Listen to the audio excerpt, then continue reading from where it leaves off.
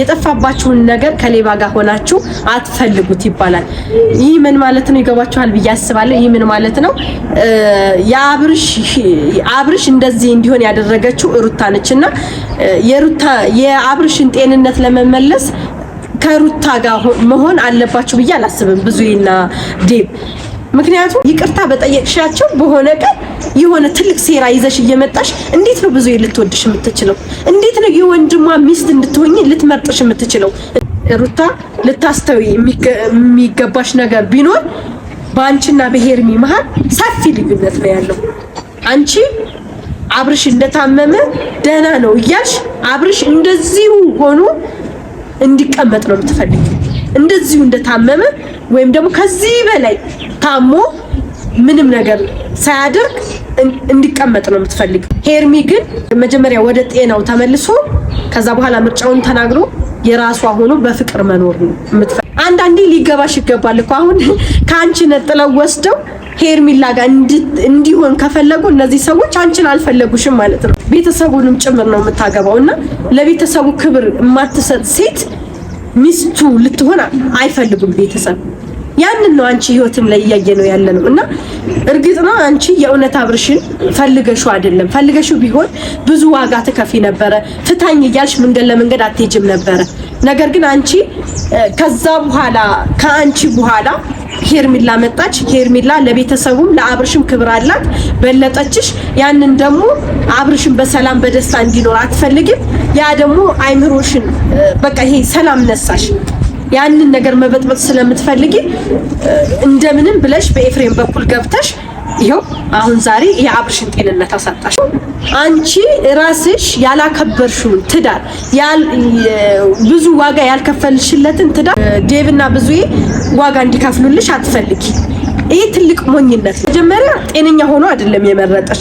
ራሳችሁ በል ያላችሁትን አብርሽን አንቺና ኤፍሬም በል ያላችሁትን ነው እንጂ የሚደግመው ይሄ በራሱ አስቦ ተናግሮ አያውቅም። አብርሽ ካንቺ ጋር ከሆነ ጀምሮ ሲቀጥል ደግሞ አንቺና አብርሽ ባልና ሚስት አይደላችሁ። አንዳንዴ መፋታትሽን ራሱ ትረሻዋለሽ ይመስለኛል። አብርሽ ጤነኛ ሆኖ የዕለት ተግባሩን እንዲያከናውን ሳይሆን የአብርሽ ህይወት እንዲበላሽ ከዛም ደግሞ ሄርሚላን ለመበቀል አብርሽ መስዋዕት መሆን አለበት ብዬ አላስብ። እሷም አብርሽ ወደ ጤናው እንዲመለስ ሳይሆን አብርሽ እንደዚህ ሆኖ እንዲቀጥል ስለሆነ በምንም ታምር ስለ አብርሽ ጉዳይ ስለ አብርሽ ጤንነት ሩታ ማማከር አለባችሁ ብዬ አላስብም። ዴቭ ደግሞ ምንም ቢሆን አንተ ታላቅ ነህ፣ የሁሉም ታላቅ ነህና በወንድምህ ጉዳይ ልክ እንደ ብዙዬ አቋም ኖሮ ራስህንም ወንድምህንም ልታስከብር ይገባል። ከምን ጊዜውም በላይ ከሩታም ከሄርሚላም በላይ ለወንድማቸው የምታስፈልጉት እናንተ ናችሁ። ትክክለኛ ሩታ ለአብርሽ አታስፈልገው። ቤተሰቦቼ እንደምን ሰነበታችሁ? እኔ እግዚአብሔር ይመስገን በጣም ደህና ነኝ። እናንተም በያላችሁበት ሰላም ሁኑልኝ። ዛሬም እንግዲህ እንደወትሮው በአዲስ ቪዲዮ ወደ እናንተ መጥቻለሁ። ይህን ቪዲዮ ላይክ በማድረግ ጀምሩት። እያያችሁ ያላችሁ ለቤቴ አዲስ ከሆናችሁ ሰብስክራይብ በማድረግ ቤተሰብ ይሁኑኝ። እንግዲህ ዛሬ ወደ መጣሁበት ሀሳብ ስገባ ዛሬም የመጣሁት በአብርሽ ጉዳይ ነው። ያው ሁላችሁም እንዳያችሁት በከፊልም ቢሆን ጤንነቱ ተመልሰን አይተናል። በዛም በጣም ደስ ብሎኛል። ቤተሰቦቼ እንዴት ደስታዬን እንዴት መግለጽ እንዳለብኝ አላቅም፣ ግን እናንተም ደስ እንዳላችሁ ተስፋ አድርጋለሁ። እኔም በጣም ደስ ብሎኛል። የኔ ወንድም እንኳን ወደ ጤንነት ተመለስክ፣ ገና ከዚህም በላይ ወደ ጤንነት ተመልሰህ እንደማይ ተስፋ አድርጋለሁ። ምክንያቱም ያው የሱ ጤንነት በከፊልም ቢሆን መመለሱ ደግሞ ሩታና ኤፍሬም እንደሚያናድዳቸው እናውቃለን። አሁንም ትናንትና ያየነው ያንን ነው። በጣም ተናዳ ነበረ። እንኳን ተሻለ እንኳን ወደ ጤንነት ተመለስክ ከማለት ይልቅ እሷን ጠይቁልኝ፣ ሄርሚላን ጠይቁልኝ፣ እሷስ ምን አድርጋው ነው እኔን የጠላኝ ወደ እኔ ያልመጣው እያለች ነበረ። ምንም ግልጽ ነው። ምርጫውንም ተናግሯል። እያንዳንዱ ነገር ደግሞ ሩታ እንዲነገርሽ አትፈልጊ ማለት እውነታውን አንነግርሽም። አብርሽ ጤንነት የተመለሰበትን መንገድ እውነታ አንነግርሽም። የሆነ ራስ ጋር የሚቀር ነገር አለ። እንዳንቺ ይሄ ክፋት ዝርግፍ አድርገን የምናሳይ ሰዎች አይደለንም። ነገር ግን እሷ ያው ማለት ባወቀችው በተረዳችው ልክ እኔ ላዝናናው ይዤው ልወጣ ነበረ፣ ለምን ከለከላችሁት? ሄርሚላ የምታዝናናው ለምንድን ነው? እኔ አላዝናናውም ነበረው እያለች ነበረ። ነገር ግን እኛ የአብርሽ መዝናናት ሳይሆን የሚያስጨንቀን ሄርሚላን ብትሆን የአብርሽ መዝናናት ሳይሆን የሚያስጨንቃት የአብርሽ ጤንነት ነውና የተባለው ማለት ለእሷ ሊዝናና ነው ተባለች እንጂ አብርሽ ግን ትክክለኛ ወደ ጤንነቱ የሚመለስበት መንገድ ነው የሄደው እንጂ ይሄ ኖርማሊ እሷ እንደምታስበው እሷ እንዳሰበችው በቦታው ይዞ ሄዶ መዝናናት ብቻ አይደለም። ምክንያቱም አብርሽ ከደረሰበት አንፃር ይሄ በመዝናናት ብቻ የሚመለስ አይደለም። የሱ በሽታ ብዙ ነገር ያስፈልገዋል። ያንን ብዙ ነገር ለማድረግ ከሷ መራቅ ስለነበረበት የተወሰነ ቀናት ከቆየ በኋላ ትናንትና በተመለከታችሁት መሰረት ቤተሰቦች በከፊልም ቢሆን ወደ ጤንነቱ ተመልሶ አይታችሁታል። አንዴ ይሁን የሚባል አባባል አለ። ምን መሰላችሁ ቤተሰቦች፣ የጠፋባችሁን ነገር ከሌባ ጋር ሆናችሁ አትፈልጉት ይባላል። ይህ ምን ማለት ነው ይገባችኋል ብዬ አስባለሁ። ይህ ምን ማለት ነው? አብርሽ እንደዚህ እንዲሆን ያደረገችው ሩታ ነችና የአብርሽን ጤንነት ለመመለስ ከሩታ ጋር መሆን አለባችሁ ብዬ አላስብም ብዙይና ዴብ። ምክንያቱም አብርሽ ጤነኛ ሆኖ የዕለት ተግባሩን እንዲያከናውን ሳይሆን የአብርሽ ህይወት እንዲበላሽ ከዛም ደግሞ ሄርሚላን መበቀል ይሆነ ሄርሚላን ለመበቀል አብርሽ መስዋዕት መሆን አለበት ብዬ አላስብ። እሷ የምታስበው የአብርሽን ጤንነት ሳይሆን አብርሽ ወደ ጤናው እንዲመለስ ሳይሆን አብርሽ እንደዚህ ሆኖ እንዲቀጥል ስለሆነ በምንም ታምር ስለ አብርሽ ጉዳይ ስለ አብርሽ ጤንነት ሩታን ማማከር አለባችሁ ብዬ አላስብም። ዴቭ ደግሞ ምንም ቢሆን አንተ ትልቅ ታላቅ ነህ፣ የሁሉም ታላቅ ነህና በወንድምህ ጉዳይ ልክ እንደ ብዙዬ አቋም ኖሮ ራስህንም ወንድምህንም ልታስከብር ይገባል። ከምን ጊዜውም በላይ ከሩታም ከሄርሚላም በላይ ለወንድማቸው የምታስፈልጉት እናንተ ናችሁ። አይ ነው ሄርሚ በጣም ትወደዋለች። ጤንነቱ ተመልሶ የራሷ ለማድረግ ነው የምትፈልገው። ሩታ ደግሞ እንደታመመ እንኳን እያወቀች ደህና ነው እያለች አብርሽን እንደዚሁ አድርጋ ማስቀመጥ ነው የምትፈልገው። በሁለቱ መሀል ሰፊ ልዩነት አለ። የምታስፈልጉት ከምን ጊዜውም በላይ ለአብርሽ የሚያስፈልጉት ቤተሰቦቹ ናቸው። ለአብርሽ የሚቆረቆሩት ለአብርሽ እንዴት ነው የአብርሽ ጤንነቱን ማጣቱ በደንብ የሚሰማቸው ቤተሰብ ነው ብዙይና ዴብ ናቸው እንጂ ሩታ ስለ አብርሽ ጤንነት ግድ አይሰጣትም። ይሄ ማስመሰል ነው። ምክንያቱም ግድ ቢሰጣት የልጁ አባት እንደሆነ ብትረዳ እንደዚህ ሆኖ እያየችው ጭንቀት ነው። ጭንቀትን ራሱ እኮ ማለት ነው አንድ ሚስት ባሏ ወደ ጭንቀት ገብቶ እንደዚህ ችላ ልትለው አይገባም። የሆነ ቦታ ወስድ አስቀምጠው የትም እንዳትነቀነቅ ልትለው አትችልም።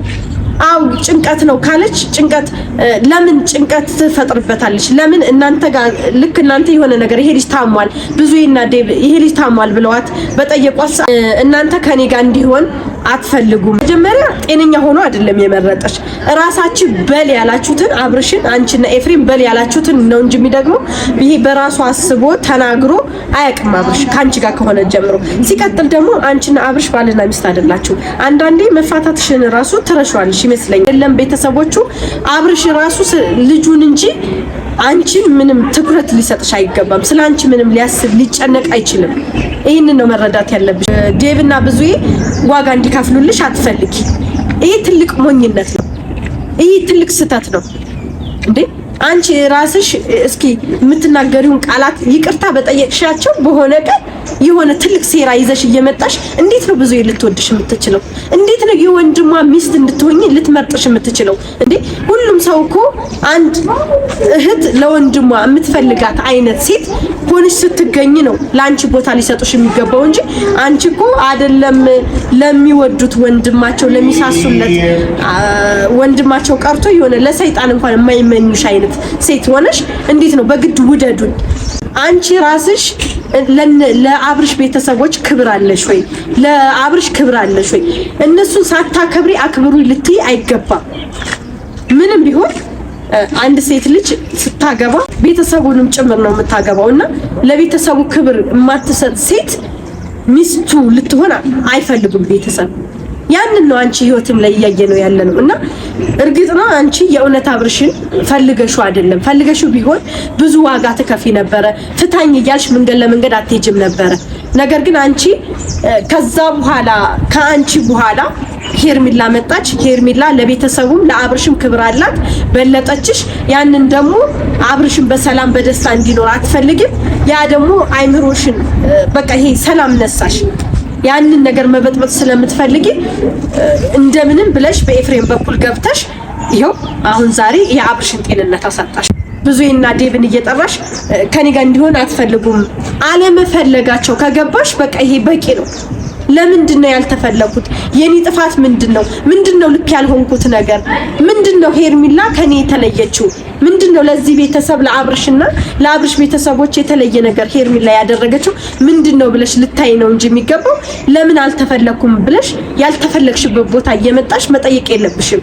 መናገር ስለምትችይ ብቻ ሰውን ልታሳምኛችሁ።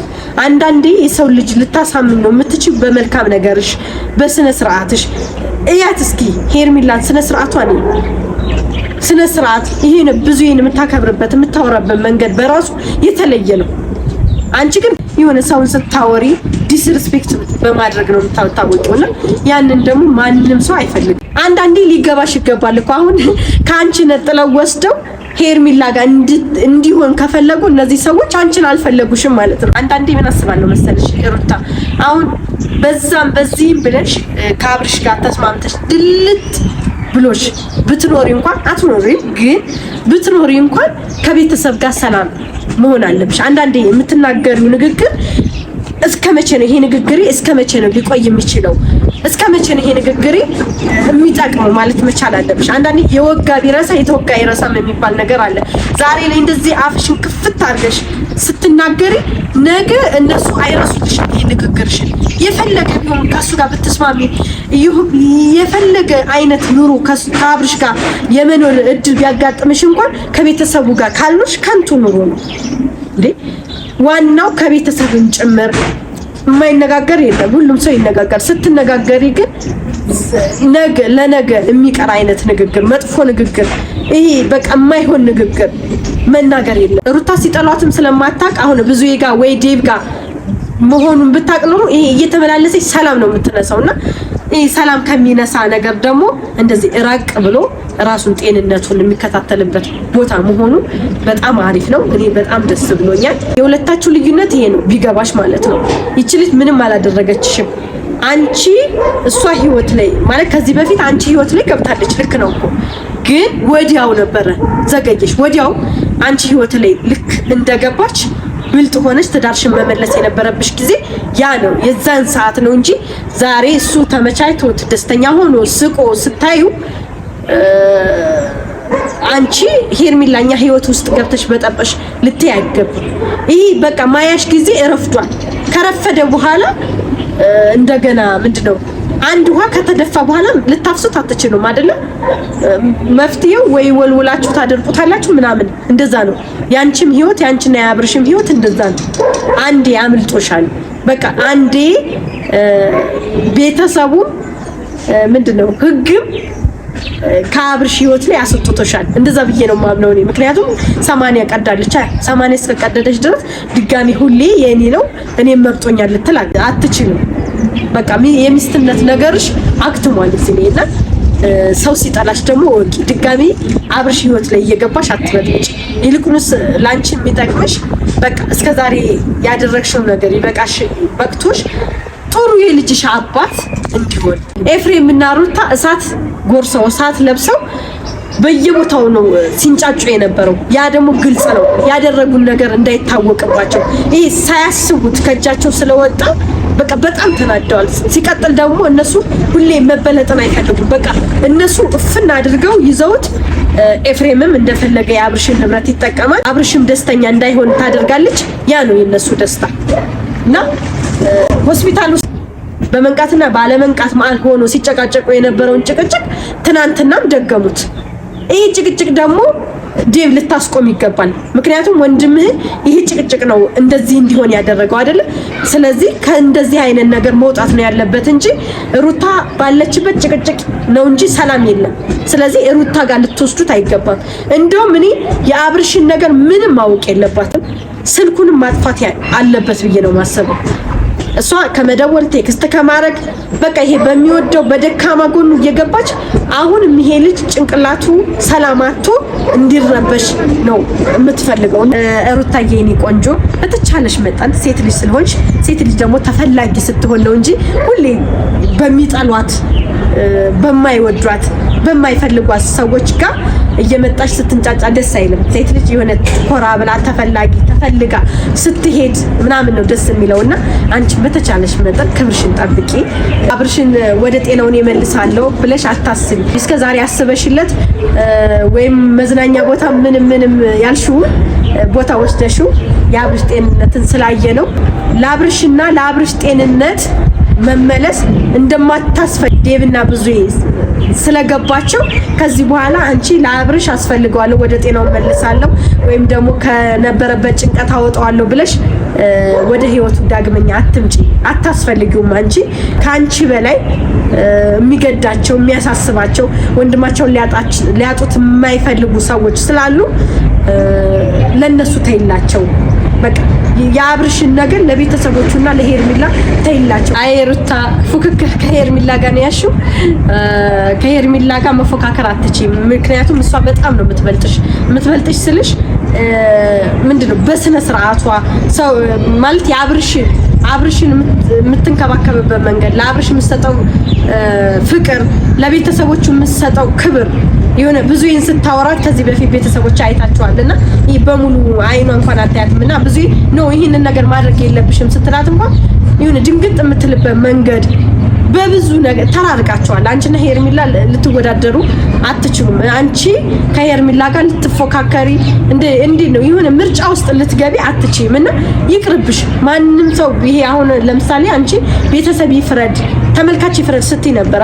አንቺ ላይ ነው የፈረደው ተመልካች። ምክንያቱም አንቺ ራስሽን ስታስከብሪ ራስሽን ስትወጂ ነው ሌላ ሰው ልትወጂ ልታከብሪ የምትችይው ከሌላም ሰው ጋር ልትወዳደሪ የምትችይው እንጂ አሁን አንቺ የአብርሽን ቤተሰብ ዲስሪስፔክት እያደረግሽ ከብዙ ጋር አንድ ቀን ተግባብታችሁ በስነ ስርዓት ቁጭ ብላችሁ አውርታችሁ ቆጣቁ ሁሌ ጭቅጭቅ ነውና እንደዚህ አይነት ሰው ሆነሽ ማንም አንቺን ከሄርሚላ ጋር ሊያወዳድርሽ አይችልም።